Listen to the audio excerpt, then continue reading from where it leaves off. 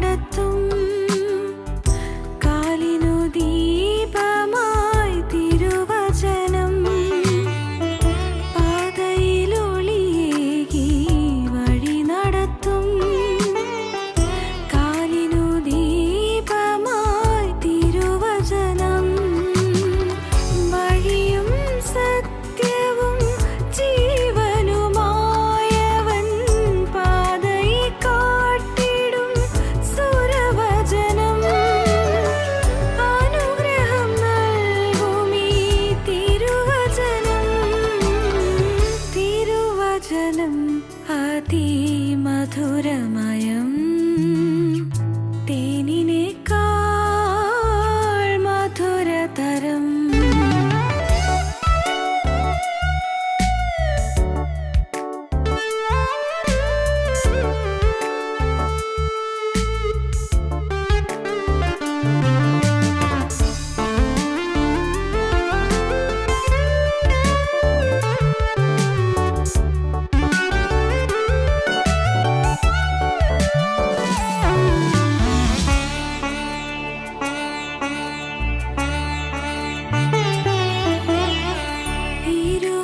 തലയുള്ള വാളിനേക്കാളും മൂർച്ചയേറുന്നതാം തിരുവചനം. ഇരുവായ് തലയുള്ള വാളിനേക്കാളും മൂർച്ചയേറുന്നതാം തിരുവചനം. സന്ധികളെ പോലും തുളച്ചിടും വചനം,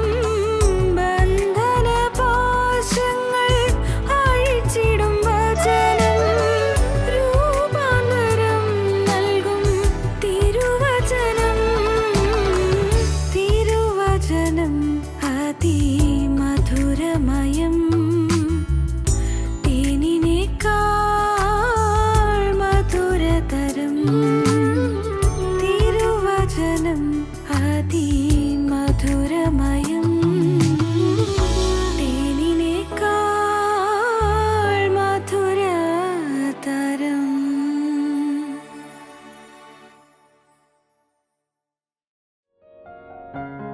ഞങ്ങളും ക്രൂശിക്കപ്പെട്ട ക്രിസ്തുവിനെ പ്രസംഗിക്കുന്നു. ദൈവ തിരുനാമത്തിന് മഹത്വം ഉണ്ടാകട്ടെ. 32 സങ്കീർത്തനം ആദ്യത്തെ വാക്യങ്ങൾ വായിക്കാം. 32 സങ്കീർത്തനം ആദ്യത്തെ വാക്യങ്ങൾ. ലംഘനം ക്ഷമിച്ചും പാപം മറച്ചും കിട്ടിയവൻ ഭാഗ്യവാൻ. യഹോവ അകൃത്യം കണക്കിടാതെയും ആത്മാവിൽ കപടമില്ലാതെയും ഇരിക്കുന്ന മനുഷ്യൻ ഭാഗ്യവാൻ. ഞാൻ മിണ്ടാതെയിരുന്നപ്പോൾ നിത്യമായ ഞരക്കത്താൽ എൻ്റെ അസ്ഥികൾ ക്ഷയിച്ചുപോയി. ഞാൻ മിണ്ടാതിരുന്നപ്പോൾ എന്നുള്ളതിൻ്റെ അർത്ഥം എന്താണെന്നറിയാമോ? അത് ഇംഗ്ലീഷ് ബൈബിൾ വായിക്കുമ്പോൾ കാണാം. ഞാൻ പാപം ഏറ്റുപറയാതിരുന്നപ്പോൾ, പാവം ഏറ്റുപറയാതെ മറച്ചു പിടിച്ചപ്പോൾ, ഞാൻ മിണ്ടാതിരുന്നപ്പോൾ, ഞാൻ പാവം ഏറ്റുപറയാതിരുന്നപ്പോൾ, നിത്യമായ ഞരക്കത്താൽ എൻ്റെ അസ്ഥികൾ ക്ഷയിച്ചുപോയി. അസ്ഥികൾ അങ്ങ് ക്ഷയിച്ചുപോയി. ഞാൻ പാവം ഏറ്റുപറഞ്ഞില്ല. ഞാൻ മിണ്ടാതിരുന്നപ്പോൾ എന്ന് പറഞ്ഞാൽ വെറുതെ മൗനമായിരുന്ന കാര്യമല്ല. ഞാൻ പാവം ഏറ്റുപറയാതിരുന്നപ്പോൾ, ഞാൻ പാവം ഏറ്റുപറയാൻ റിലക്റ്റൻ്റ് ആയപ്പോൾ, പാവം ഏറ്റുപറയുവാൻ ഞാൻ മനസ്സില്ലാതിരുന്നപ്പോൾ, ഞാൻ മിണ്ടാതിരുന്നപ്പോൾ, പാവം ഏറ്റുപറയാതിരുന്നപ്പോൾ, അപ്പോൾ എൻ്റെ അസ്ഥികൾ നിത്യമായ ഞരക്കത്താൽ ഭാരപ്പെട്ടിരുന്നു. രാവും പകലും നിന്റെ കൈ എൻ്റെ മേൽ ഭാരമായിരുന്നു. ഒരു വലിയ ചുമട് ചുമക്കുന്നത് പോലെയായിരുന്നു എനിക്ക്. വലിയ ചുമട്, എൻ്റെ തലമേൽ വലിയൊരു ചുമട് ചുമക്കുന്നത് പോലെ ഞാൻ ഭാരപ്പെട്ടിരുന്നു. രാവും പകലും നിന്റെ കൈ എൻ്റെ മേൽ ഭാരമായിരുന്നു. എൻ്റെ മജ്ജ വേനൽക്കാലത്തിലെ ഉഷ്ണത്താൽ എന്ന പോലെ വറ്റിപ്പോയി. എൻ്റെ മജ്ജ വേനൽക്കാലത്തിലെ ഉഷ്ണത്താൽ എന്ന പോലെ വറ്റിപ്പോയി. ഞാൻ എൻ്റെ പാപം നിന്നോട് അറിയിച്ചു. അപ്പോഴാണ് എനിക്ക് തോന്നി, ഇങ്ങനെ ചെന്നാൽ പോരല്ലോ, ഞാൻ എൻ്റെ പാപം നിന്നോട് അറിയിക്കാൻ തീരുമാനിച്ചു. ഞാൻ എൻ്റെ പാപം നിന്നോട് അറിയിച്ചു. എൻ്റെ അകൃത്യം മറച്ചതുമില്ല. അകൃത്യം ഞാൻ മറച്ചതുമില്ല. എൻ്റെ പാപം ഞാൻ നിന്നോട് അറിയിച്ചു, എൻ്റെ അകൃത്യം മറച്ചതുമില്ല. എൻ്റെ ലംഘനങ്ങളെ യഹോവയോട് ഏറ്റു പറയുമെന്ന് ഞാൻ പറഞ്ഞു. ലംഘനങ്ങൾ ഞാൻ യഹോവയോട് ഏറ്റു പറയും എന്ന് ഞാൻ തീരുമാനം എടുത്തു കഴിഞ്ഞിരിക്കുന്നു. ഇനി മാറ്റമില്ല. ഞാൻ യഹോവയോട് എൻ്റെ പാപങ്ങൾ ഏറ്റു പറയുമെന്ന് ഞാൻ തീരുമാനിച്ചു. ഞാൻ ഏറ്റു പറയും തീരുമാനിച്ചു. അത് ഞാൻ നടപ്പിലാക്കുക തന്നെ ചെയ്യും. അപ്പോൾ നീ എൻ്റെ പാപത്തിൻ്റെ കുറ്റം ക്ഷമിച്ചു തന്നു. പാവം ഏറ്റു പറയും തീരുമാനിക്കുമ്പോൾ തന്നെ പാപത്തിൻ്റെ കുറ്റം ക്ഷമിച്ചു തരികയാണ്. സഹോദരങ്ങളെ, ഒരു മനുഷ്യന് ലഭിക്കാവുന്ന ഏറ്റവും വലിയ ഭാഗ്യം എന്താണ്? പാപക്ഷമ. പാവം ക്ഷമിച്ച് കിട്ടുക, പാവം മോഹിച്ച് കിട്ടുക. എന്തൊരു ഭാഗ്യം! എല്ലാം കഴുകി കിട്ടുക, ആന്തരാത്മാവ് കഴുകി കിട്ടുക, ഹൃദയം കഴുകി കിട്ടുക, ബുദ്ധി കേന്ദ്രങ്ങൾ കഴുകി കിട്ടുക, ബോധമണ്ഡലം കഴുകി കിട്ടുക. ദൈവത്തിന് സ്തോത്രം. ദൈവത്തിൻ്റെ വലിയ നാമം മഹത്വപ്പെടട്ടെ. മനുഷ്യന് ബോധത്തിന് 3 തലങ്ങളുണ്ടെന്ന് പറയും. അബോധതലം, ഉപബോധതലം, ബോധതലം. Conscious mind, subconscious mind, unconscious mind. Conscious മൈൻഡിൽ ഓർമ്മയിൽ തന്നെ പാവങ്ങളുണ്ട്. സബ് കോൺഷ്യസ് മൈൻഡിൽ ചില പാവങ്ങളുടെ താഴോട്ട് അടിഞ്ഞുപോയി. എന്തെങ്കിലും ഒരു സാധനം വെള്ളത്തിലിട്ടാൽ താഴോട്ട് പോകുന്നത് പോലെ ആ ഓരിയലത്തിൽ നിന്ന് താഴോട്ട് പോയി ഒരു ഭാഗത്ത് തടഞ്ഞു നിൽക്കുകയാണ്, ഉപബോധതലം. എന്നാൽ ചിലതോ അങ്ങ് മറവിയുടെ കയത്തിലേക്ക് താണുപോയി, ഓർക്കുന്നേ ഇല്ല. അത് അബോധതലം. ഇങ്ങനെ ബോധതലത്തിലും അബോധതലത്തിലും ഉപബോധതലത്തിലുള്ള എല്ലാ പാവങ്ങളും എല്ലാം മാഞ്ഞു പോകും. എന്തൊരു സ്വസ്ഥത, എന്തൊരു സ്വാതന്ത്ര്യം! ആകെ ഒരു സ്വർഗം കിട്ടിയ സ്വാതന്ത്ര്യം ശരിക്കും അനുഭവിക്കാം. ദൈവത്തിന് സ്തോത്രം. എല്ലാം കഴുകി കിട്ടിയെന്നുള്ളതായ ഒരു ബോധ്യം വരുമ്പോൾ ഉണ്ടാകുന്ന സമാധാനത്തിന് അറുതിയില്ല, അന്തമില്ലാത്ത സമാധാനം. പ്രിയപ്പെട്ടവരെ, ഈ സമാധാനം നിങ്ങൾ അനുഭവിച്ചിട്ടുണ്ടോ? ജീവിതത്തിൽ എല്ലാം പറഞ്ഞു, എല്ലാം ഏറ്റുപറഞ്ഞു ഉപേക്ഷിച്ചു, എൻ്റെ കർത്താവിൻ്റെ തിരക്തം തന്നെ കഴുകി എന്നുള്ള വാസ്തവമായ ഒരു ഭാഗ്യാനുഭവം നിങ്ങൾ കിട്ടിയിട്ടുണ്ടോ? ഇന്നത് കേട്ടുകൊണ്ടിരിക്കുമ്പോൾ തന്നെ അത് നിങ്ങൾ പ്രാപിക്കണം. കർത്താവേ, ഇന്ന് ഞാനിതാ നിന്നോട് തീരുമാനിക്കുന്നു, ഒട്ടും വൈകാതെ ഞാൻ ചെയ്യേണ്ടതായ നീക്കുപോക്കുകൾ ഞാൻ വരുത്തും. തീർച്ചയാണ്. കൊടുത്തു തീർക്കേണ്ടതെല്ലാം ഞാൻ കൊടുത്തു തീർക്കും. മാപ്പ് ചോദിക്കേണ്ടതെല്ലാം ഞാൻ മാപ്പ് ചോദിക്കും. എൻ്റെ കർത്താവേ, നീക്കുപോക്ക് വരുത്തേണ്ടതെല്ലാം ഞാൻ നീക്കുപോക്ക് വരുത്തും. ഞാൻ എൻ്റെ പാവങ്ങളെല്ലാം ഏറ്റുപറയും. കർത്താവേ, ഇനിമേൽ പാവം ചെയ്യുകയില്ല. എൻ്റെ ജീവിതത്തിൽ അറിഞ്ഞുകൊണ്ടൊരു പാവം എൻ്റെ ജീവിതത്തിൽ വരികയില്ലെന്ന് ഞാൻ തീരുമാനം എടുത്തിരിക്കുകയാണ്. എൻ്റെ കർത്താവേ, ഇപ്പോൾ അവിടെ നിന്ന് മനസ്സലിഞ്ഞ് നിൻ്റെ തിരുവചനത്തിൻ്റെ പേരിൽ, ഈ വചനം ഞാൻ വായിച്ചതിൻ്റെ പേരിൽ, ഈ വചനം ഞാൻ ഉച്ചരിച്ചതിൻ്റെ പേരിൽ, ഈ വചനം ഞാൻ പറഞ്ഞതിൻ്റെ പേരിൽ, കർത്താവെ, അകൃത്യം ഏറ്റുപറയും തീരുമാനിക്കുമ്പോൾ പാവം ക്ഷമിച്ചു തന്നു എന്ന് പറഞ്ഞ ആ വചനത്തിൻ്റെ അടിസ്ഥാനത്തിൽ ഇപ്പോൾ എൻ്റെ നേരെ ഇതിൻ്റെ കരം നീട്ടി എനിക്ക് സൗഖ്യം തരണമേ, എനിക്ക് പാപമോചനം തരണമേ, പാപക്ഷമ തരണമേ. സ്തോത്രം. പാപമോചനം എന്തോ ഒരു സൗഭാഗ്യം! പാപമോചനം. ദൈവത്തിൻ്റെ വലിയ നാമം മഹത്വപ്പെടട്ടെ. കർത്താവായ യേശു ക്രിസ്തുവിന് എക്കാലത്തും മനുഷ്യനോട് പറയാനുള്ളത് പോക, ഇനി പാവം ചെയ്യരുത് എന്നാണ്. പോക, ഇനി പാവം ചെയ്യരുത്. അധികം തിന്മയായത് ഭവിക്കാതിരിക്കാൻ ഇനി പാവം ചെയ്യരുത്. യോഹന്നാന് ശേഷം 5-ാം അധ്യായം 14-ാം വാക്യം വായിക്കാം. 5-ാം അധ്യായം 14-ാം വാക്യം. അനന്തരം യേശു അവനെ ദൈവാലയത്തിൽ വെച്ച് കണ്ട് അവനോട്, നോക്കൂ, നിനക്ക് സൗഖ്യമായല്ലോ. നോക്കൂ, നിനക്ക് സൗഖ്യമായല്ലോ. അധികം തിന്മയായത് ഭവിക്കാതിരിപ്പാൻ ഇനി പാപം ചെയ്യരുത് എന്ന് പറഞ്ഞു. തിന്മയായത് ഭവിക്കാതിരിക്കാൻ ഇനി പാവം ചെയ്യരുത്. ആ രോഗി സൗഖ്യമായി കഴിഞ്ഞു. യേശു ക്രിസ്തുവിൻ്റെ അരികിലേക്ക് വന്നു, അവന് സൗഖ്യം കൊടുത്തു. അവൻ അങ്ങ് മാറിക്കഴിഞ്ഞുള്ളൂ. അല്പം കഴിഞ്ഞ് വേറൊരു ഭാഗത്ത് വെച്ച് യേശുവിനെ കണ്ടു. യേശു അവനെ കണ്ടു. യേശു അവനോട് പറഞ്ഞു, നോക്കൂ, നിനക്ക് സൗഖ്യമായല്ലോ. അധികം തിന്മയായത് ഭവിക്കാതിരിക്കാൻ ഇനി പാവം ചെയ്യരുത്. ഇപ്പോൾ നിനക്ക് രോഗം വന്നിരുന്നു, രോഗം മാറി. പാവത്തിൻ്റെ ഫലമായിട്ടാണ് നിനക്ക് രോഗം വന്നത്. എന്നാൽ മകനെ, നീ ഒരു കാര്യം അറിയൂ, നിൻ്റെ ജീവിതത്തിൽ ഇനി പാവം വന്നാൽ ഇതിലും വലിയത് വരും, ഇതിലും വലിയ കെടുതികൾ വരും. പാവം ഇനി വന്നാൽ അത്യന്തം ഭയാനകമായ ദുരിതങ്ങൾ നിൻ്റെ ജീവിതത്തിൽ വരും. നോക്കൂ, അധികം തിന്മയായത് ഭവിക്കാതിരിക്കാൻ ഇനി പാവം ചെയ്യരുത്. യോഹന്നാന് ശേഷം 8-ാം അധ്യായം 10-ാം വാക്യം വായിക്കാം. യേശു നിവർന്ന് അവളോട്, സ്ത്രീയെ, അവർ എവിടെ? നിനക്ക് ആരും ശിക്ഷ വിധിച്ചില്ലയോ എന്ന് ചോദിച്ചതിന്, ഇല്ല കർത്താവേ എന്ന് അവൾ പറഞ്ഞു. ഞാനും നിനക്ക് ശിക്ഷ വിധിക്കുന്നില്ല, പോക, ഇനി പാപം ചെയ്യരുത് എന്ന് യേശു പറഞ്ഞു. ഞാനും നിനക്ക് ശിക്ഷ വിധിക്കുന്നില്ല, പോക, ഇനി പാപം ചെയ്യരുത്. ഒരു സെക്കൻഡ് ചാൻസ് കർത്താവ് തരികയാണ്. എന്നും അങ്ങനെയാണ്. യേശുവിൻ്റെ സ്നേഹം അങ്ങനെയാണ്. വീണ്ടും ഒരു അവസരം തരികയാണ്, വീണ്ടും വീണ്ടും അവസരം തരികയാണ്. അതുകൊണ്ടല്ലേ നമുക്ക് ജീവിക്കുന്നത്. യഹോവേ, നീ അകൃത്യങ്ങളെ ഓർമ്മ വെച്ചാൽ ആര് നിലനിൽക്കുമെന്നാണ് ദാവീദ് സങ്കടത്തോടെ പറഞ്ഞത്. ദൈവമേ, നീ അകൃത്യങ്ങളെ ഓർമ്മ വെച്ചാൽ ആര് നിലനിൽക്കും? എങ്കിലും നിന്നെ ഭയപ്പെടുവാൻ തക്കവണ്ണം നിൻ്റെ പക്കൽ വിമോചനമുണ്ട്. നിൻ്റെ പക്കൽ വിമോചനമുണ്ട്. നീ അകൃത്യങ്ങളെ ഓർമ്മ വെച്ചാൽ ആർക്ക് നിലനിൽക്കാൻ സാധിക്കും? പാപങ്ങളെ നീ ഓർത്തു വെച്ചാൽ എനിക്ക് നിലനിൽക്കാൻ സാധിക്കില്ലല്ലോ. എൻ്റെ പാവങ്ങൾ ഓർമ്മ വെച്ച കാലമുള്ള ജീവിതത്തിലേക്ക് നോക്കുമ്പോഴാണ് ഞാൻ ലജ്ജാവിവശനായി പോകുന്നു. ഞാൻ ലജ്ജിതനായി പോകുന്നു. കർത്താവേ, എൻ്റെ ജീവിതത്തിലേക്ക് നോക്കുമ്പോൾ എന്തെല്ലാം ചിന്താഗതികളാണ് എന്നെ ഭരിച്ചിരുന്നത്, ഏതെല്ലാം ദുരാചാരങ്ങളിലാണ് ഞാൻ കുടുങ്ങി കിടന്നിരുന്നത്, ഏതെല്ലാം അബദ്ധാചാരങ്ങളിലാണ് ഞാൻ വീണ് കിടന്നിരുന്നത്, ഏതെല്ലാം ദുർനടപടികളിലാണ് ഞാൻ വീണുപോയിരുന്നത്. എൻ്റെ കർത്താവേ, എൻ്റെ ചിന്താഗതികൾ ഏതെല്ലാമായിരുന്നു, എൻ്റെ സംസാരഗതികൾ എന്തെല്ലാമായിരുന്നു, എൻ്റെ കൂട്ടുകെട്ടുകൾ ആരോടെല്ലാമായിരുന്നു. എൻ്റെ കർത്താവേ, എൻ്റെ ഹൃദയത്തിൽ കൂടി പോയ ചിന്താഗതികൾ എന്തെല്ലാമായിരുന്നു. ഓർക്കുമ്പോൾ ഭയമാകുന്നു. കർത്താവേ, പ്രവർത്തികളൊന്നു പോയ പാവങ്ങൾ എന്തെല്ലാമായിരുന്നു. ദൈവമേ, എണ്ണിയാൽ തീരാത്ത പാവങ്ങൾ. ദൈവത്തിന് സ്തോത്രം. എണ്ണിയാൽ തീരാത്ത പാവങ്ങൾ ജീവിതത്തിൽ ഒന്നുപോയി. സ്നേഹിതരെ, നിങ്ങൾ കേൾക്കൂ. ഈ പാവങ്ങളെല്ലാം കണ്ടുകൊണ്ടാണ് കർത്താവ് പറയുന്നത്, പോക, ഇനി പാവം ചെയ്യരുത്. അനേകം പുരുഷന്മാരോട് അരുതാത്ത ബന്ധം പുലർത്തിയ വേശ്യാസ്ത്രീയായ ആ മഗ്ദലന മറിയാമിനോട് കർത്താവ് പറയുകയാണ്, പോക, ഇനി പാവം ചെയ്യരുത്. അവൾക്കുള്ള വിശേഷണം എന്തായിരുന്നു? അവൾക്കുള്ള വിശേഷണം പട്ടണത്തിലേക്കും പാവിയായ സ്ത്രീ എന്നുള്ളതായിരുന്നു. പട്ടണത്തിലേക്കും പാവിയായ സ്ത്രീ, ഏറ്റവും പാവിയായ സ്ത്രീ. ദൈവത്തിന് സ്തോത്രം. സഹോദരങ്ങളെ, വേദപുസ്തകത്തിൻ്റെ നിതാന്ത നൂതനമായ സന്ദേശം എന്നും ഉള്ളത് പാവിയെ സ്നേഹിക്കുന്ന ദൈവത്തിൻ്റെ അനന്തമോഹനമായ കാരുണ്യം എന്നുള്ളതാണ്. പാവിയെ സ്നേഹിക്കുന്ന ദൈവം പാവിയെ സ്നേഹിക്കുന്നു. പാവിയെ തള്ളിക്കളയുന്നില്ല. പാവം ചെയ്യുന്നവനെ ഉപേക്ഷിച്ച് കളയുന്നില്ല. അവനെ ബഹിഷ്കരിക്കുന്നില്ല. അവനെ തൻ്റെ സന്നിധിയിലേക്ക് ചേർത്തണയ്ക്കാൻ ശ്രമിക്കുകയാണ്. അവന് കുറ്റബോധം നൽകുവാൻ ശ്രമിക്കുകയാണ്. അതാണ് പരിശുദ്ധാത്മാവിൻ്റെ പ്രവൃത്തി. പരിശുദ്ധാത്മാവ് പ്രവർത്തിക്കുന്നതിന് തെളിവെന്താണ്? പാവബോധം കിട്ടുന്നു. നിങ്ങൾ ഈ കൂട്ടായ്മയിലൊന്നും അതിനും കേൾക്കുമ്പോൾ നിങ്ങൾക്ക് പാവബോധം വരുന്നുണ്ടോ? അതിൻ്റെ അർത്ഥം നിങ്ങളിൽ പരിശുദ്ധാത്മാവ് പ്രവർത്തിക്കുന്നു. പഴയ പാവങ്ങളെ ഓർത്തുള്ള ഒരു ഓർമ്മ നിങ്ങൾക്ക് വരുന്നുണ്ടോ? അയ്യോ വേണ്ടായിരുന്നുള്ള ചിന്ത വരുന്നുണ്ടോ? കഷ്ടം, ആ പാവത്ത് വീണുപോയല്ലോ എന്നുള്ള വേദന നിങ്ങൾക്ക് വരുന്നുണ്ടോ? പാവബോധം വരികയും ഹൃദയ നുറുക്കം വരികയും ചെയ്യുന്നുണ്ടോ?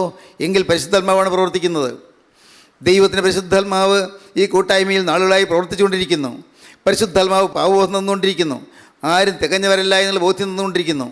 ഈ വചനം പറയുന്ന ഞാനും നല്ല ബോധ്യത്തോടെ നിൽക്കുന്നു. ഞാനും തികഞ്ഞവനായില്ല. ദൈവത്തിന് സ്തോത്രം. നല്ല വാസ്തവമായ ആ താഴ്മയോടെ തന്നെ ഞാൻ നിൽക്കുകയാണ്. എനിക്കറിയാം ഞാനും ഒട്ടും തികഞ്ഞവനായില്ല. ദൈവത്തിന് സ്തോത്രം.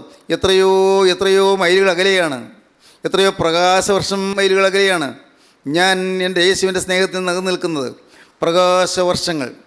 ഒരു സെക്കൻഡിൽ 1,86,000 മൈൽ വെളിച്ചം സഞ്ചരിച്ചാൽ ആ വെളിച്ചം സഞ്ചരിച്ചിട്ട് അത് ഒരു മണിക്കൂറിലെത്ര, അത് ഒരു മിനിറ്റിലെത്ര, അതിൻ്റെ 60 ഇരട്ടി. അത് ഒരു മണിക്കൂറിലെത്ര, അതിൻ്റെ 60 ഇരട്ടി.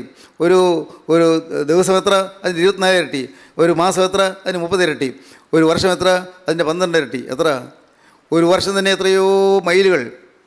വെളിച്ചം ഒരു സെക്കൻഡിൽ 1,86,000 മൈൽ വീതം വെളിച്ചം സഞ്ചരിച്ചാൽ ഒരു വർഷം കൊണ്ട് വെളിച്ചം സഞ്ചരിച്ചെത്താത്തതായ അത്രയും അനേകം കോടാനുകോടി മൈലുകൾ. അങ്ങനെയുള്ള അനേകം കോടാനുകോടി പ്രകാശവർഷങ്ങൾ. ആ പ്രകാശവർഷങ്ങൾക്കും അപ്പുറത്താണ് ഞാൻ എൻ്റെ കർത്താവേ യേശുവിൽ നിന്ന് ഞാൻ അകന്നു നിൽക്കുന്നത്. എന്തുകൊണ്ട്? അത്രയും ഞാൻ അപൂർണനാണ്. ദൈവത്തിന് സ്തോത്രം. ഞാനിങ്ങനെയെല്ലാം ദൈവത്തോട് പറയുന്നത് ഇങ്ങനെയാണ്, കർത്താവേ, എൻ്റെ സന്നിധിയിലേക്ക് വരുന്നതിന് ഇനി എത്രയോ പ്രകാശവർഷങ്ങൾ ഞാൻ സഞ്ചരിക്കേണ്ടിയിരിക്കുന്നു. എത്രയോ മാറ്റം എനിക്ക് വരേണ്ടിയിരിക്കുന്നു. എൻ്റെ സ്വഭാവം എത്രയോ ഇനി മാറേണ്ടിയിരിക്കുന്നു. എൻ്റെ പ്രകൃതത്തിൽ എന്തെല്ലാം മാറ്റമാണ് ഇനി വരേണ്ടിയിരിക്കുന്നത്. കർത്താവേ, ഞാൻ താഴുന്നു, ഞാൻ എളിമപ്പെടുന്നു. ചിലപ്പോൾ ഞാൻ ഏങ്ങലടിച്ചുകൊണ്ട് പറയും, കർത്താവേ, ഞാൻ താഴുന്നു, എനിക്ക് ന്യായം പറയാനൊന്നുമില്ല, അഭിമാനിക്കാനൊന്നുമില്ല. കർത്താവേ, ഞാനും പാവിയായൊരു മനുഷ്യൻ. ഈ ജനത്തെ ഉപദേശിപ്പാൻ ഞാൻ ആര്? എൻ്റെ കർത്താവേ, എൻ്റെ മക്കളെ ഉപദേശിപ്പാൻ ഞാൻ ആര്? അനേകം നാടുകളിൽ നിന്നെല്ലാം വരുന്ന ഈ പ്രിയപ്പെട്ട ജനത്തെ ഉപദേശിപ്പാൻ ഞാൻ ആര്? ദൈവത്തിന് സ്തോത്രം. കർത്താവേ, ഞാനും പാവിയായൊരു മനുഷ്യനും. എൻ്റെ കർത്താവേ, എന്നാൽ നീ എന്നോടൊരു വാക്ക് പറഞ്ഞു, പോക, ഇനി പാപം ചെയ്യരുത് എന്ന്. ആ ഒരു വാക്ക് കേട്ടതിന് ശേഷം കർത്താവേ പിന്തിരിഞ്ഞ് നോക്കാനിടയായില്ല. പക്ഷേ ആളത്തും ഇനിയും മാറേണ്ടിയിരിക്കുന്നു. ഇനി പോക, ഇനി പാപം ചെയ്തതെന്ന് പറഞ്ഞ് കേട്ടത് അത് വലിയൊരു ആനന്ദ നിമിഷമായിരുന്നു.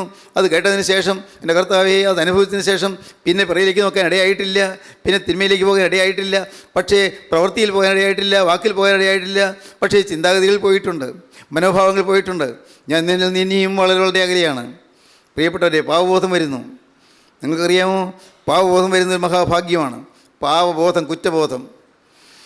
പാവത്തെക്കുറിച്ച് ബോധം വരുന്നു, പാവമേറ്റ് പറഞ്ഞ് ഉപേക്ഷിക്കുന്നു. അങ്ങനെയാണ് പ്രാർത്ഥിക്കേണ്ടത്. പാവമേറ്റ് പറഞ്ഞ് ഉപേക്ഷിച്ച് പ്രാർത്ഥിക്കണം. വായിക്കാം 13-ാം വാക്യം മുതൽ. നിങ്ങളിൽ കഷ്ടമനുഭവിക്കുന്നവൻ പ്രാർത്ഥിക്കട്ടെ, സുഖമനുഭവിക്കുന്നവൻ പാട്ടുപാടട്ടെ. നിങ്ങളിൽ ദീനമായി കിടക്കുന്നവൻ സഭയിലെ മൂപ്പന്മാരെ വരുത്തട്ടെ. അവർ കർത്താവിൻ്റെ നാമത്തിൽ അവനെ എണ്ണപൂശി അവനു വേണ്ടി പ്രാർത്ഥിക്കട്ടെ. എന്നാൽ വിശ്വാസത്തോടു കൂടിയ പ്രാർത്ഥന ദീനക്കാരനെ രക്ഷിക്കും. വിശ്വാസത്തോടെ വേണം പ്രാർത്ഥിക്കാൻ. പ്രത്യേകം ശ്രദ്ധിക്കുക, വിശ്വാസത്തോടെ വേണം പ്രാർത്ഥിക്കുന്നത്. ആരോട് പ്രാർത്ഥിക്കുന്നു? ഞാൻ എൻ്റെ പ്രാർത്ഥന ആരാണ് കേൾക്കുന്നത്? ദൈവമക്കൾ ആരെങ്കിലും കേൾക്കുന്നു എന്നുള്ളത് വിഷയമല്ല. സുവിശേഷകരാരും കേൾക്കുന്നോ? അതും വിഷയമല്ല. വട്ടക്കാരനോ പാസ്റ്ററോ കേൾക്കുന്നോ? അതും വിഷയമല്ല. എൻ്റെ പ്രാർത്ഥന കേൾക്കുന്നത് ആകാശം ഭൂമി സൃഷ്ടിച്ച നിത്യനായ ദൈവമാണ്. ഞാൻ എൻ്റെ കണ്ണ് പർവ്വതങ്ങളിലേക്ക് ഉയർത്തുന്നു. എൻ്റെ സഹായം എവിടെ നിന്ന് വരും? എൻ്റെ സഹായം ആകാശം ഭൂമി ഉണ്ടാക്കിയ യഹോവയെങ്കിൽ നിന്ന് വരുന്നു. അവനാണ് എൻ്റെ പ്രാർത്ഥന കേൾക്കുന്നത്. അത്യുന്നതങ്ങളിൽ വസിക്കുന്ന ദൈവമാണ് എൻ്റെ പ്രാർത്ഥന കേൾക്കുന്നത്. മേൽപ്പെട്ട ഉയരങ്ങളിൽ സ്വർഗീയ മാലാഖമാർ സ്തുതിക്കുന്നത് പോലെ ബലഹീനൻ്റെ ഭാവിയുമായി ഞങ്ങൾ നിന്നെ സ്തുതിക്കുന്നത് പറയുവാൻ എന്നെ അഭ്യസിപ്പിച്ച നിത്യനായ ദൈവം അങ്ങ് ദൂരെ ദൂരെ ദൂരെ ദൂരെ അങ്ങ് സ്വർഗങ്ങൾക്ക് മീതെ ഇരുന്നു കൊണ്ട് എൻ്റെ പ്രാർത്ഥന കേൾക്കുന്നു. ഞാൻ പ്രാർത്ഥിക്കുമ്പോൾ അവൻ്റെ അരികിലേക്ക് എഴുന്നള്ളി വരുന്നു.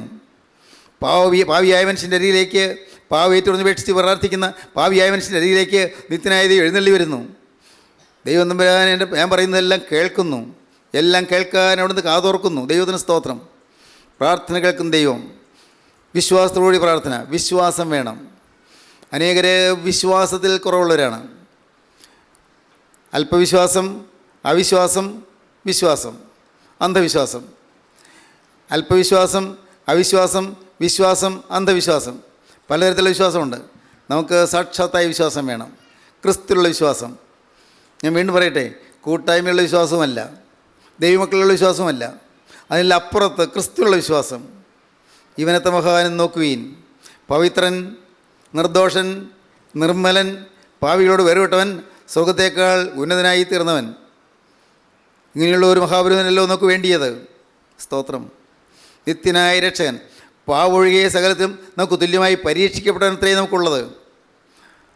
പാവൊഴികെ സകലത്തിൽ നമുക്ക് തുല്യമായി പരീക്ഷിക്കപ്പെട്ടവനത്രയും നമുക്കുള്ളത്. ഇബ്രാഹിം ലേഖനം 2-ാം അധ്യായം അവസാന വാക്യം. പാവൊഴികെ സകലത്തിൽ നമുക്ക് തുല്യമായി പരീക്ഷിക്കപ്പെട്ടവനത്രയും നമുക്കുള്ളത്. അതുകൊണ്ട് നാം വല്ലപ്പോഴും ഒഴുകിപ്പോകാതിരിക്കേണ്ടതിന് കേട്ടത് അധിക ശ്രദ്ധയോടെ കരുതിക്കൊള്ളുവാൻ നാം ആവശ്യമാകുന്നു.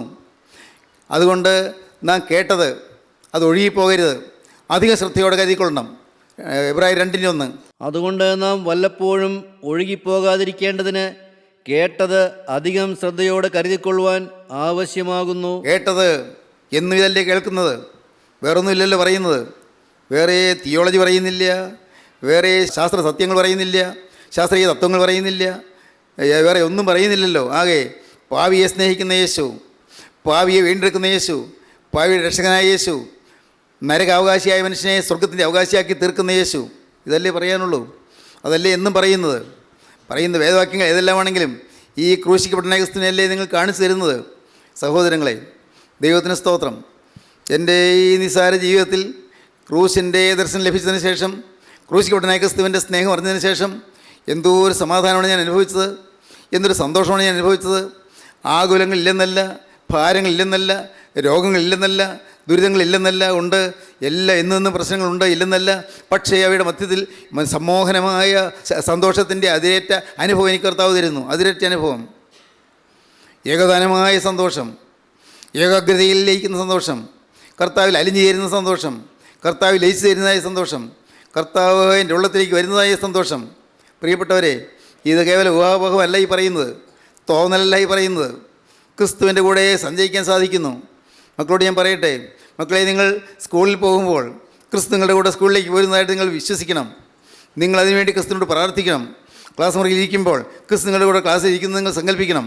മാത്രം പോരാ, നിങ്ങൾ പരീക്ഷാകളിലിരിക്കുമ്പോൾ യേശു നിങ്ങൾ അരികത്ത് നിൽക്കുന്ന നിങ്ങൾ ചിന്തിക്കണം.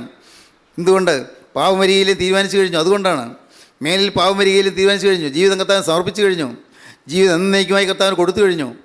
പാവം വരികയില്ല, ഉറപ്പാണ്. മനസ്സറിഞ്ഞിട്ട് തെറ്റ് വരികയില്ല. നല്ലത്. എന്നാൽ ക്രിസ്തുവിൻ്റെ അരികത്ത് വരും. നിൻ്റെ ബുദ്ധി തെളിച്ചു തരും, ഓർമ്മശക്തി തെളിച്ചു തരും, നല്ല ബുദ്ധി വൈഭവമുള്ളവളാക്കി തീർക്കും, നല്ല ബുദ്ധിമാനാക്കി തീർക്കും. ദൈവത്തിന് സ്തോത്രം. ഓർമ്മകൾ തെളിയിച്ചു തരും, നല്ല ഓർമ്മശക്തി കിട്ടും. ദൈവത്തിന് വലിയ നാമമഹത്വപ്പെടട്ടെ. ദൈവത്തിന് സ്തോത്രം. ഇതൊരു ഭാഗ്യാനുഭവമല്ലേ സ്നേഹിതരെ? ഇതൊരു ഭാഗ്യാനുഭവമല്ലേ? അതല്ലേ നാം നേടേണ്ടത്?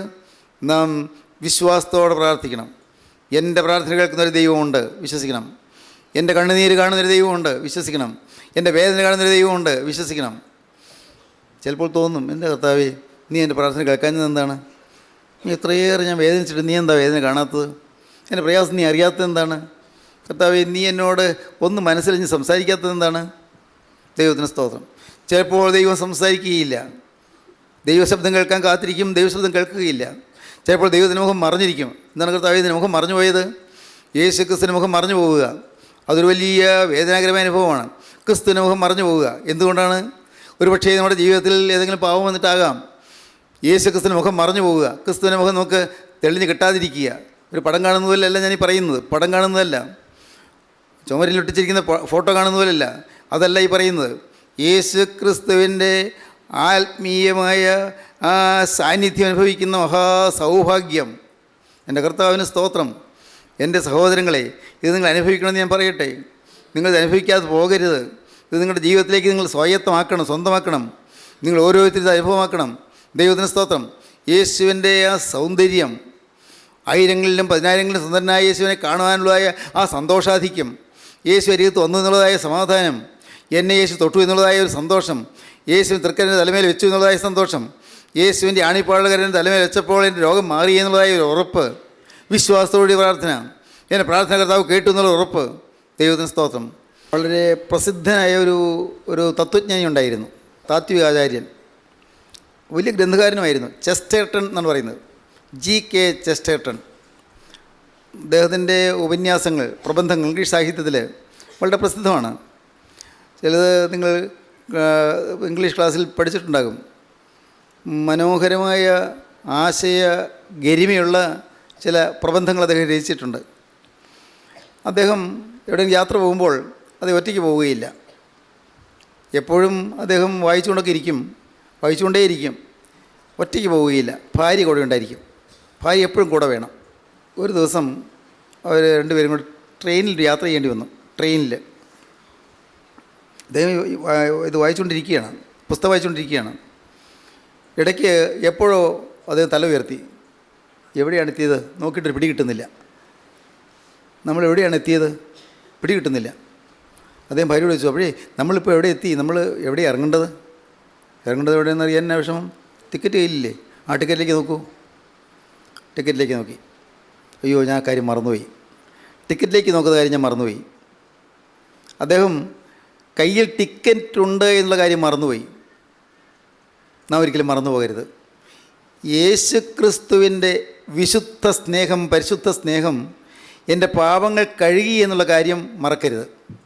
പിന്നെയും പാവം ഇങ്ങനെ പറഞ്ഞു, അയ്യോ ഞാൻ പാവിയാണെന്ന് പറഞ്ഞുകൊണ്ടിരിക്കണ്ട. പാവം ഏറ്റവും ഉപേക്ഷിച്ചു, മനസ്സറിഞ്ഞൊരു പാവം വരികയില്ല തീരുമാനിച്ചു. ഇല്ല, വരില്ല. അറിയാതെ ഏതെങ്കിലും ചിന്തകൾ പൊന്തി വന്നാൽ എൻ്റെ കർത്താവെ ക്ഷമിക്കണമേ പറഞ്ഞു. കർത്താവ് ക്ഷമിക്കും, സംശയിക്കേണ്ട. കുഞ്ഞുങ്ങളെ, നിങ്ങൾ പാവം ചെയ്യാതിരിക്കാൻ നിങ്ങൾക്ക് എഴുതുന്നു. 1 യോഹന്നാൻ 2:1 മുതൽ നിങ്ങൾ പാവം ചെയ്യാതിരിക്കാൻ ഇത് നിങ്ങൾക്ക് എഴുതുന്നു. ഒരുത്തൻ പാവം ചെയ്തു പോയി എങ്കിലോ നീതിമാനായ യേശുക്രിസ്തു എന്ന കാര്യസ്ഥൻ നമുക്ക് പിതാവിൻ്റെ അടുക്കലുണ്ട്. അവൻ നമ്മുടെ പാവങ്ങൾക്ക് പ്രായശ്ചിത്തമാകുന്നു. 2:1 മുതൽ. എൻ്റെ കുഞ്ഞുങ്ങളെ, നിങ്ങൾ പാപം ചെയ്യാതിരിപ്പാൻ ഞാനിത് നിങ്ങൾക്ക് എഴുതുന്നു. പാപം ചെയ്യാതിരിക്കാൻ ഞാനിത് നിങ്ങൾക്ക് എഴുതുന്നു. ഒരുത്തൻ പാപം ചെയ്തുവെങ്കിലോ നീതിമാനായ യേശുക്രിസ്തു എന്ന കാര്യസ്ഥൻ നമുക്ക് പിതാവിന്റെ അടുക്കലുണ്ട്. അവൻ നമ്മുടെ പാപങ്ങൾക്ക് പ്രായശ്ചിത്തമാകുന്നു. നമ്മുടേതിന് മാത്രമല്ല സർവ്വലോകത്തിന്റെ പാപത്തിനും തന്നെ അവൻ പ്രായശ്ചിത്തമാകുന്നു. ദൈവത്തിന് സ്തോത്രം. ഇത് വിശ്വസിക്കുമ്പോൾ വിശ്വാസത്തോടുകൂടിയ പ്രാർത്ഥന വളരെ ഫലിക്കുന്നു. നീതിമാൻ്റെ ശ്രദ്ധയോടുകൂടിയ പ്രാർത്ഥന വളരെ ഫലിക്കുന്നു. വിശ്വാസത്തോടുകൂടിയ പ്രാർത്ഥന ഫലിക്കുന്നു. വിശ്വാസത്തോടു കൂടിയുള്ള പ്രാർത്ഥന. ദൈവത്തിന് സ്തോത്രം. വിശ്വാസം. പ്രാർത്ഥനയിൽ ഉറ്റിരിക്കുന്ന ദൈവവേദൽ വിശ്വാസമുള്ളതിനായിരിക്കും. വിശ്വാസത്തോട് പ്രാർത്ഥിക്കുമ്പോൾ ഫലപ്പെടും. ഒരു സംഭവം ഓർക്കുന്നു. ഈ പെനിസിലിൻ കണ്ടുപിടിച്ച ഒരു ശാസ്ത്രജ്ഞനാണ് അലക്സാണ്ടർ ഫ്ലെമിംഗ്. പെനിസിലിൻ കണ്ടുപിടിച്ച അദ്ദേഹം ടെസ്റ്റ് ട്യൂബിൽ ചില അണുക്കളെ വളർത്തിക്കൊണ്ടിരുന്നു. പരീക്ഷണങ്ങൾ നടത്താനാണ്, ഗവേഷണം നടത്താനാണ്. ബാക്ടീരിയോളജിയിൽ അദ്ദേഹം ഡോക്ടറാകാൻ പഠിച്ചുകൊണ്ടിരിക്കുകയായിരുന്നു. അദ്ദേഹം മെഡിക്കൽ സയൻസിൽ പഠിച്ചുകൊണ്ടിരിക്കുന്ന ആളായിരുന്നു. അന്നാണ് പരീക്ഷണശാലയിൽ അദ്ദേഹത്തിൻ്റെ ലാബറട്ടറിയിൽ ഈ ടെസ്റ്റ് ട്യൂബിൽ ചില അണുക്കളെ വളർത്തിക്കൊണ്ടിരുന്നു. അനേകം ടെസ്റ്റ് ട്യൂബുകൾ, അണുക്കൾ. അന്നത്തെ കാലത്ത് മുറുക്കിയ ജനലുകളും മറ്റും അത്ര കൃത്യമായിട്ടൊന്നും ഉണ്ടായിരുന്നില്ല. ഈർപ്പമൊക്കെ ആണെങ്കിൽ അകത്തേക്ക് വരാം. ഒരു ദിവസം അദ്ദേഹം ഒന്ന് നോക്കുമ്പോൾ ഒരു ടെസ്റ്റ് ട്യൂബിനകത്ത് ഈ അണുക്കളുടെ കൂടെ പൂപ്പൽ, കളഞ്ഞു പോയല്ലോ, കഷ്ടമായി പോയല്ലോ, ഈ പൂപ്പൽ പിടിച്ചിരിക്കുന്നു, അണുക്കളിൽ പൂപ്പൽ പിടിച്ചിരിക്കുന്നു. അദ്ദേഹം പെട്ടെന്ന് കഷ്ടമായി പോയല്ലോ എന്ന് ഓർത്തു. പെട്ടെന്ന് അതിന് തോന്നി, എന്തുകൊണ്ട് ഇതിലൊന്ന് പരീക്ഷിച്ചുകൂടാ? പൂപ്പൽ ഈ അണുക്കളിൽ എങ്ങനെയാണ് പ്രവർത്തിക്കുന്നത് പരീക്ഷിച്ചുകൂടാ? അങ്ങനെയാണ് അദ്ദേഹം ഈ പെനിസിലിൻ കണ്ടുപിടിക്കുന്നതിന് സിദ്ധാന്തം ആവിഷ്കരിച്ചത്. നോക്കൂ, എത്ര യാദൃച്ഛികമായിട്ടാണ് വന്നത്. പക്ഷേ ഒരു ലക്ഷ്യം വെച്ചുകൊണ്ടുള്ള ഓട്ടമായിരുന്നതിന് ഒരു ലക്ഷ്യം വെച്ചുള്ള പ്രയാണം, വളരെ വ്യക്തമായിട്ടുള്ള ലക്ഷ്യബോധത്തോടെയുള്ള ആ ഓട്ടത്തിൽ അദ്ദേഹം ജയിച്ചു. നമ്മുടെ ജീവിതത്തിൽ ഒരു ലക്ഷ്യം വേണം. എന്താണ് ലക്ഷ്യം? നമ്മുടെ ഓരോരുത്തരും ജീവിതത്തിൽ ഒരു ലക്ഷ്യം വേണം, ലാക്ക് വേണം. സ്തോത്രം. എന്താണ് ലാക്ക്? ഒന്ന് ചിന്തിക്കുക. നിങ്ങൾ ചിന്തിക്കൂ, എന്താണ് എൻ്റെ ജീവിതത്തിൽ ലാക്ക്? എൻ്റെ ജീവിതം എന്താണ് നേടേണ്ടത്? എനിക്ക് എന്താണ് സമ്പാദിക്കേണ്ടത്? പലതും നിങ്ങൾ മനസ്സിലേക്ക് വരുന്നുണ്ടാകും. പലതും ഈ ലോകത്തിൽ പല കാര്യങ്ങൾ. രോഗം മാറണം, കടം മാറണം, കഷ്ടത മാറണം, ദുരിതം മാറണം, വീട്ടിൽ സമാധാനം ഉണ്ടാകണം, അലോഹ്യം മാറണം, വഴക്കും പിണക്കവും മാറണം, ഭാര്യയും ഭർത്താവും എല്ലാം ഐക്യമായി കഴിയണം, മക്കളും മാതാപിതാക്കളൊക്കെ സന്തോഷമായി കഴിയണം, കൊണ്ട് സമാധാനമായൊരു അന്തരീക്ഷം കിട്ടണം. ഇതൊക്കെ ഉണ്ട്, ശരി. പക്ഷേ അതുകൊണ്ട് തീർന്നോ? അതല്ല ഈ മരണത്തിൽ കൊണ്ട് തീരില്ലേ? നമ്മുടെ ജീവിതത്തിൽ ആത്യന്തികമായി നേടേണ്ടത് ക്രിസ്തുവിനുള്ളതായ സ്നേഹമാണ്, ക്രിസ്തുവിനുള്ളതായ അടുപ്പമാണ്, ക്രിസ്തുവിനുള്ളതായ സ്നേഹം, യേശു ക്രിസ്തുവിനുള്ളതായ സ്നേഹം. ക്രിസ്തു നമുക്ക് വേണ്ടി ക്രൂസിൽ മരിച്ചു എന്നുള്ള ബോധമുള്ളവൻ ക്രിസ്തുവിനുള്ളതായ സ്നേഹമുള്ളവനായിരിക്കും. എനിക്ക് വേണ്ടി ക്രിസ്തു ക്രൂസിൽ മരിച്ചു എന്നുള്ള ബോധം വന്നാൽ, എൻ്റെ പാവം യേശു ഏറ്റെടുത്തുള്ള ബോധം വന്നാൽ, എൻ്റെ അകൃത്യങ്ങൾക്ക് വേണ്ടിയാണ് യേശു രക്തം ചിന്തിയതെന്നുള്ള ബോധം വന്നാൽ, നാം ക്രിസ്തുവിനോട് കടപ്പാടുള്ളവനാകും, സ്നേഹമുള്ളവനാകും. സ്തോത്രം.